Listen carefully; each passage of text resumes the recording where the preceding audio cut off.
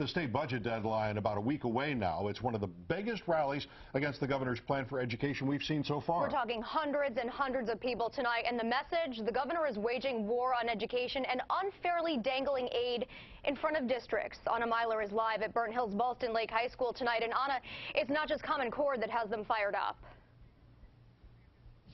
Jess, one of Governor Cuomo's proposals included in the budget is that half a teacher's evaluation will be based on students' standardized test scores. Hundreds of teachers packed the auditorium here tonight to protest that reform. The governor has placed on the shoulders of a 12-year-old kid the job security of a beloved teacher. 12 years old!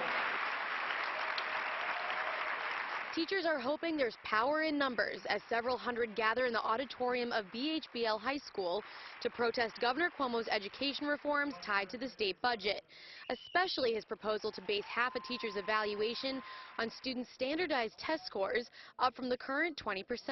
We recognize that in many districts, such as my district where I teach in Schenectady, that we do not have a teacher problem, but a poverty problem. Teachers say this kind of pressure will transform the classroom from a creative space to a test prep factory that damages a student's education. Science, social studies, and classes for the arts, gone.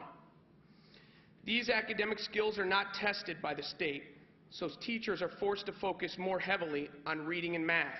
Cuomo has promised $1.1 billion in education funding if his reforms are passed, but only $377 million if they're not. The president of the BHBL Teachers Association says there should be no ultimatum. We have a huge surplus in the state, and yet he's tying this to tricks and gimmicks. He's creating a manufactured crisis. Many say Cuomo is stealing children's love of learning and teachers' love of instruction. One educator eligible for retirement soon says, I want to make that decision on whether to leave based on a list of factors that does not include Governor Cuomo driving me out. While others say the current climate of the education system in New York is already deterring aspiring teachers from entering the field at all. People don't want to be a teacher anymore. Assemblyman Jim Tedisco was here tonight supporting teachers, and tomorrow he will unveil a new website called refusecommoncore.com, where parents can sign a letter to Governor Cuomo refusing these standardized tests for their kids. It hasn't even been made public yet, and the petition already has over 800 signatures.